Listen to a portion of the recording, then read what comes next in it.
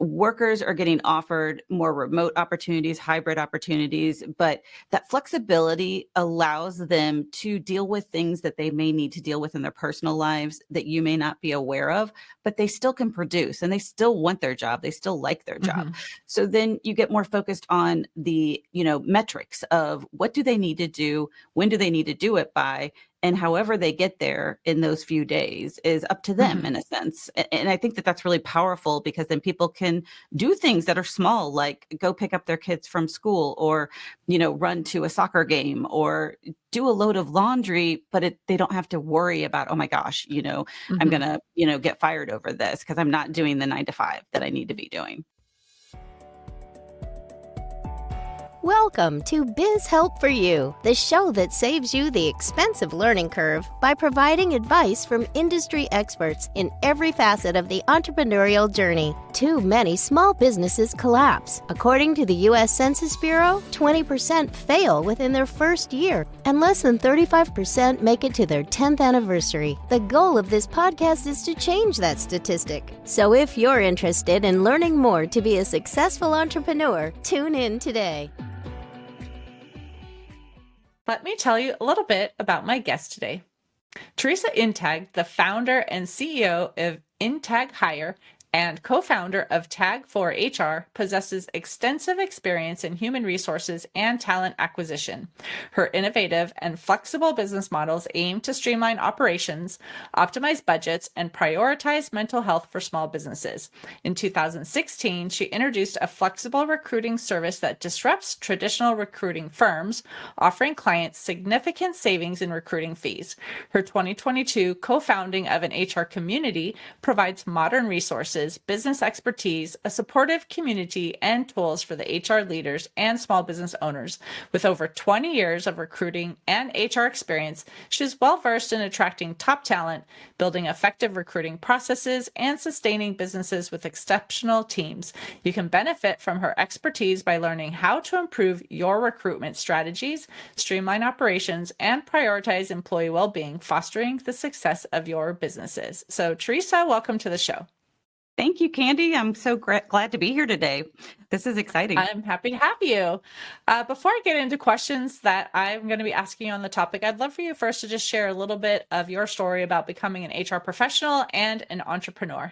Yes. I started my company about 7 years ago. And it was a compilation of one, when I was a stay-at-home mom briefly after I had kids and my husband was traveling, I was realizing at that time remote work was not very available for anyone. So I was realizing that there's a lot of moms that go and stay home with their kids, but they still want to work a little bit, but it's hard to find a job that you could do part-time. So I was trying to think of what could women do on a part-time basis that, still paid decently and they could use their expertise in something. And then at the same time, when I went back to work, I was seeing this gap for a lot of executives that they really didn't know what they needed to know around human resources and recruiting. And I kind of put the two together and realized I could start a business utilizing really strong professional women on a part-time basis to kind of augment small businesses when they had needs around recruiting or HR, and they didn't have to hire a full-time person. So it would save them money. And I kind of bridged the gap there between the two needs. So about 7 years ago, we started this and it was sticky. It seemed to take off. And then COVID, actually made it in a way better because it made remote work better. So we have staff that are all over the country. And it's been an interesting ride ever since. I love it. Right. It's definitely true. I mean, the remote workforce has completely changed where before it wasn't really all that available. And then it became for a lot of businesses where it had to be. And it has allowed that flexibility and being able to hire from all over the place too, right? It doesn't just help the employee, but it helps the employer as well. So it's definitely been an interesting last few years and seeing that change. But I would love for you to talk about what it means for companies to provide human spaces for their employees and why is that important in today's workforce? Yes. So, as we know, things have shifted dramatically over the last couple of years for employees and employers. And one of the things I think we learned from the pandemic was that compassion, Mhm. really needing to give each other compassion for many things, because there was more losses that people were experiencing. There was more illnesses people were experiencing. They had to juggle more things, a lot of stress and a lot of pressure, a lot of anxiety. So it's becoming almost an imperative to be more human in our work Mhm. environments and to create some support or structure or an environment that's a little bit people friendly or human friendly, and Mhm. having that balance. You still got to run a business. I mean, I know that. And you still have to make numbers and all of those things to keep the business open. But there is this new kind of awareness, I think, for leaders and managers that's important. Mhm. I agree on that too, because I think we know that a lot of people ended up having to work from home and the kids had to stay home from school and like Mhm. everyone was home. And I think we all had grace when, like, say you were calling a customer service number and you could hear kids in the background, like we all knew why, right? And I And the think kids in the that background did of the help. video calls. Yeah. Right. Exactly. So I think that did bring about a lot of grace and have people realize like it's not just a worker, right? Like you said, it is a Mhm. human being that has other things on their mind too and trying to manage that. So that definitely was something quite different we all had to adapt to as well. And so I think that goes into flexibility, right? And Mhm. having to be flexible with those who now maybe have had that experience where they do want to be able to work, they still have responsibilities Mhm. at home. So what would you share about why that really is so important to the employees and how can Right. business owners really effectively incorporate that into their culture? Yes. And I will preface this that there are some businesses or industries where it's really hard. Like somebody has to be Hmm. in person there. But for the most part, flexibility is almost imperative, because workers are getting offered more remote opportunities, hybrid opportunities. But that flexibility allows them to deal with things that they may need to deal with in their personal lives that you may not be aware of, but they still can produce and they still want their job. They still like their job. Hmm. So then you get more focused on the, metrics of what do they need to do, when do they need to do it by, and however they get there in those few days is up to them Hmm. in a sense. And I think that that's really powerful, because then people can do things that are small, like go pick up their kids from school, or, run to a soccer game, or do a load of laundry, but they don't have to worry about, oh my gosh, I'm Hmm. going to, get fired over this because I'm not doing the 9 to 5 that I need to be doing. Right.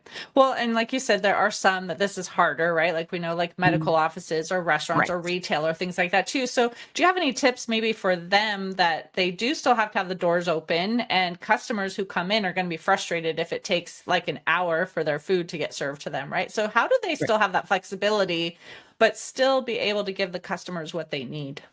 Right. I think that's a big challenge, because there's a shortage of workers. I'm around recruiting, and I know that in those particular industries, it's very, they're hungry for some good workers. But I will say this, with some of inflation, there's an opportunity of people looking for side gigs or side Mm. jobs. And so I think that there might be an appeal to maybe hire some more mature workers, even that maybe need a side job, normalizing that it's an Hmm. environment that's maybe not only just young, hip people that might be there, but really any Right. age. I think Hmm. flexibility on that is huge, and you might be able to supplement your main workforce with that. So think about your workforce a little differently. Like you have a core group, and then you've got people Hmm. that you know, tap into to help offset the needs of the business overall.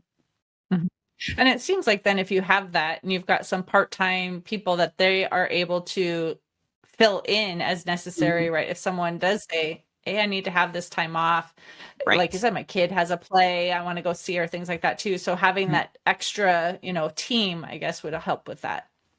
And I've seen a lot of companies starting to do mentoring, where maybe they Mm. align an older individual with a younger individual, and really they're kind of mentoring each other in a lot of ways. And can there's such a gap of what young people have gone through and Mm. their technology that they're used to, and how they move a little bit faster, and older people, and maybe they're wiser in some things about life. And so it's a really nice pairing if you can kind of Mhm. bridge those two together.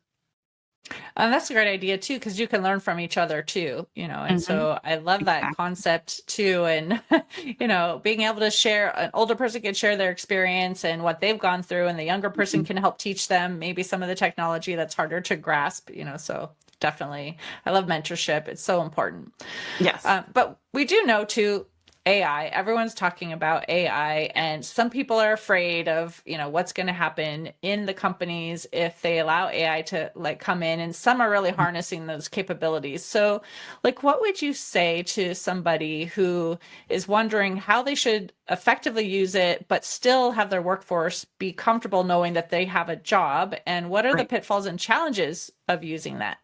Right. A couple of main points. One, AI is here to stay. So if you're Mhm. not on board, you're losing your competitive edge. So figure out a way that you can maybe utilize. It doesn't have to be huge, just small ways even to supplement. But two, we have not seen AI take over any roles yet or in the very near future. Really, it's what people do with the AI to make it better. You still Mhm. need people to run the AI or to Mhm. manage the AI and how it's producing, but it can reduce time on certain areas like creating content and writing articles and so use it to your advantage in that sense. It's a great tool. The other thing from, I got my HR hat on is create a general policy on what workers can do with AI and not do with Mm. AI, because when you're putting all your company information into ChatGPT, it can be public in some of those tools. And so you want to make sure that what they're using it for is maybe not new products that you're, about to launch, and Mhm. you're putting those ideas in there.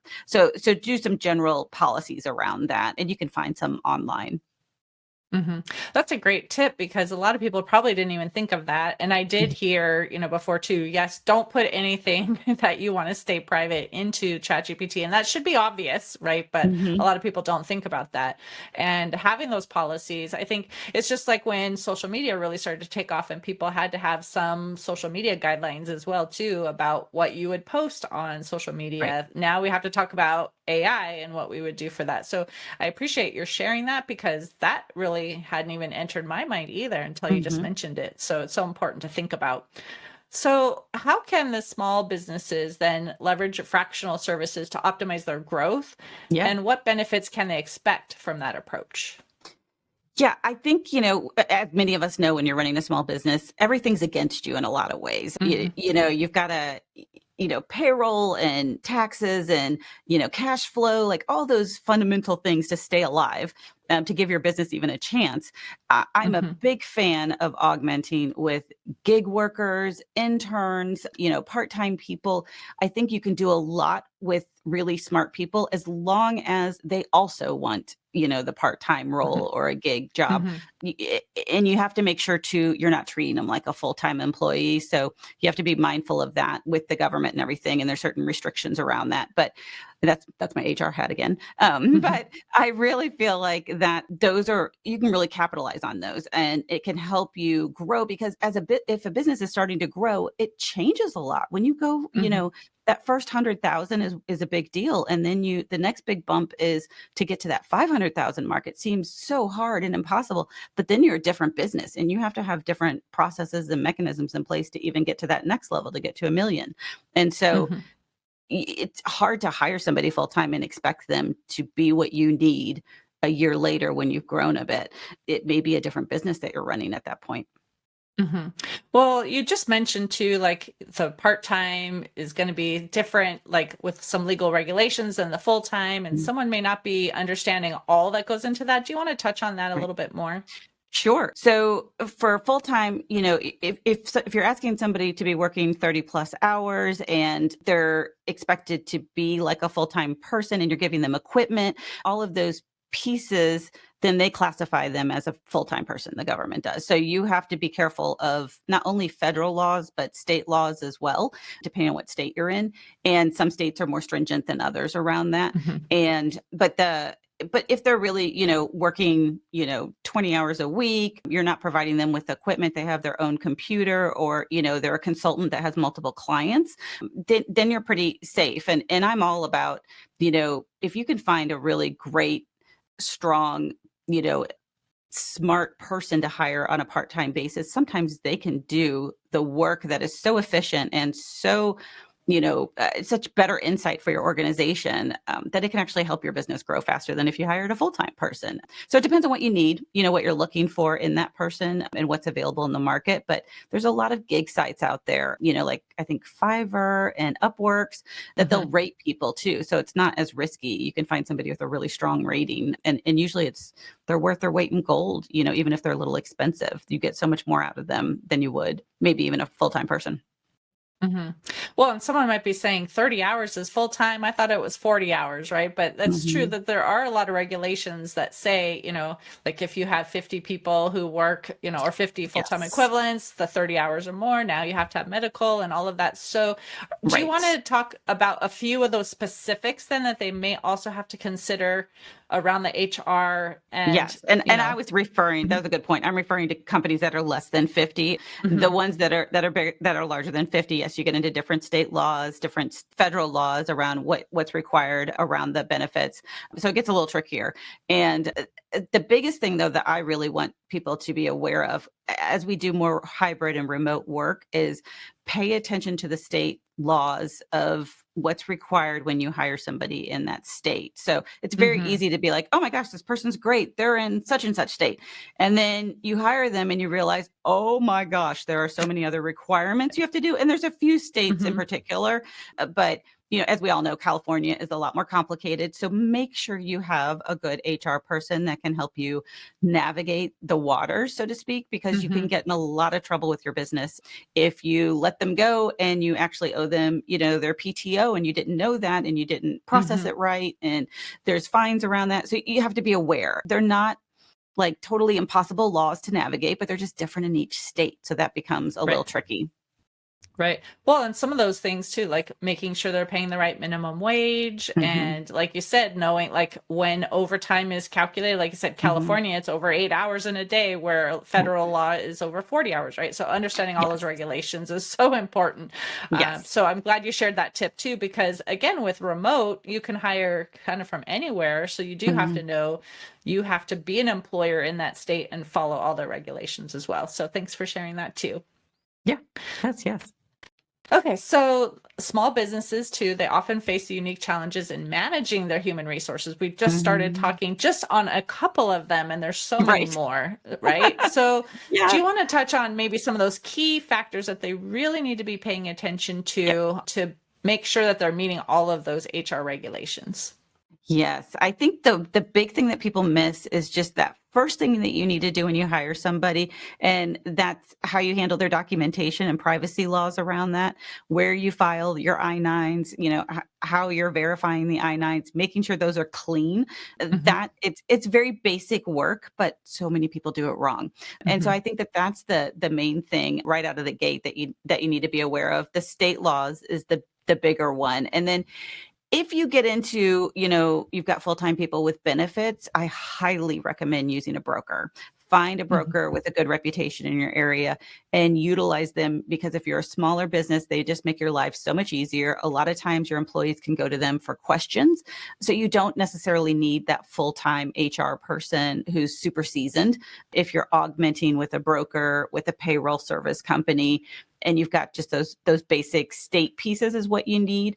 And so, we talk about a lot of times using, consultants or fractional kind of services that help you with HR, because then it's more cost effective for small companies as opposed to getting into the mindset of, do I hire a really senior person that really knows what they're doing? Do I hire an admin that they can just figure it out? Which not everything is that easy to figure out.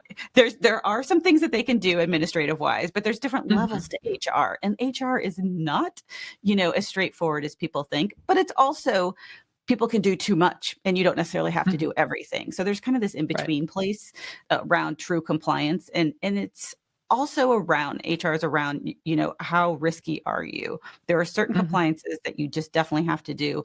Other things are best practices that can put your company at less risk at being sued later and protecting it more. So it's kind of like, where's your comfort in those zones of risk?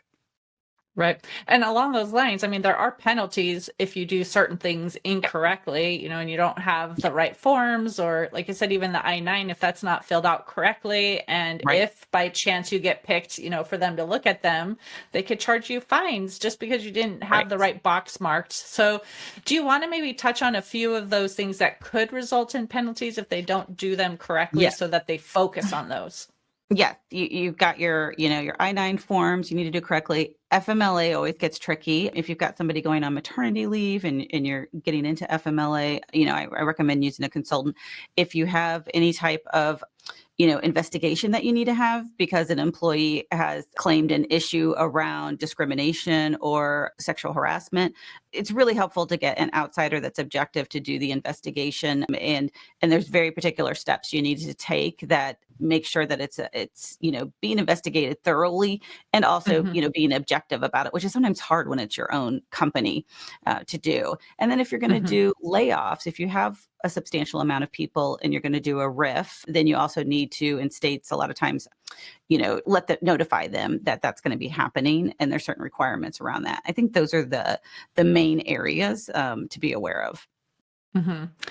Well, there's so much that always goes into human resources and making sure that you're doing everything properly. And I think one maybe final question I might have on that topic too would be, when someone has found like maybe they aren't working out with an employee, right? And what should they be doing to make sure that they're documenting everything properly and also avoiding any potential claims of discrimination?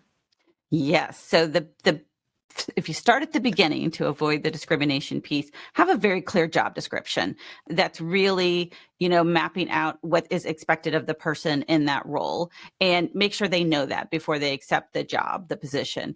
And then from there, you want to build what you need of them around data. Don't make it around personality or generation or any of that stuff. It's around, here's what I need, here's when we need it by. Can you do it? And if they can't, then it's a meeting and you put them what's called on a PIP. And that PIP is where you meet with them, you let them know, hey, we're not seeing these we're not seeing these goals met. We think that they're reasonable goals, and here's how we think that it can be adjusted, or let's hear from you what you think needs to be adjusted. We'll give it, some more time, maybe 2 weeks, maybe 4 weeks, and we'll come back and visit it again.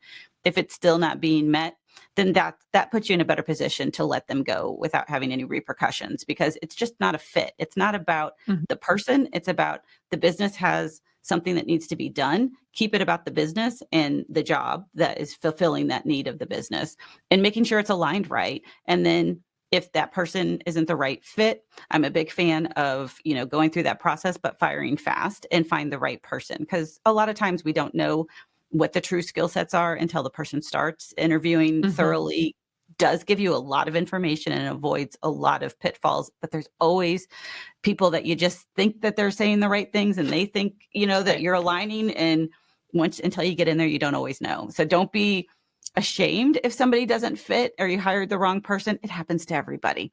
It's a learning experience. It's evolution to figure out what your business really needs.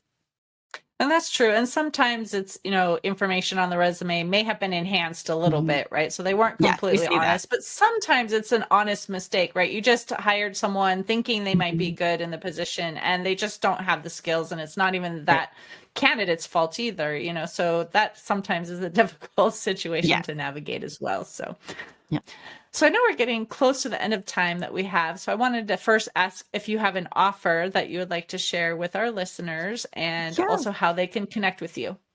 Yes. So, we brought up the policy around, using AI in your organization. If anybody would like a copy of a kind of a general policy that we've created at Tag for HR, feel free to reach out to me on LinkedIn. In my last name, Intag. There's only about 4 of us out there. So it's easy to find me, but I'll be happy. Send me a note, and I'm happy to send our general policy so that you guys can use that in your organizations. Perfect. Well, thank you, Teresa, for being a guest on the show and sharing your, expertise in this area with human resources and helping business owners navigate that, because it could be so confusing. Yes. Thank you so much, Candy. It was great meeting you. Thank you for tuning in today. Would you please share this episode with those you know, and leave a review on your favorite platform. And if you find our show informative, would you consider being a financial sponsor to help me continue my mission to educate business owners? A link is located in the episode description, and no amount is too small. I'd really appreciate your support. If you are interested in connecting with our guest and receiving the offer they had to share, a link to our resource page is in the show notes. Finally, if you have any bookkeeping or payroll needs, reach out to us at 310-534-5577 or contact@abandp.com. My team and I are eager to assist you. Until next time, have a great day. Thank you for listening to Biz Help for You. Please join your host, Candy Messer, again next time. Have a terrific day.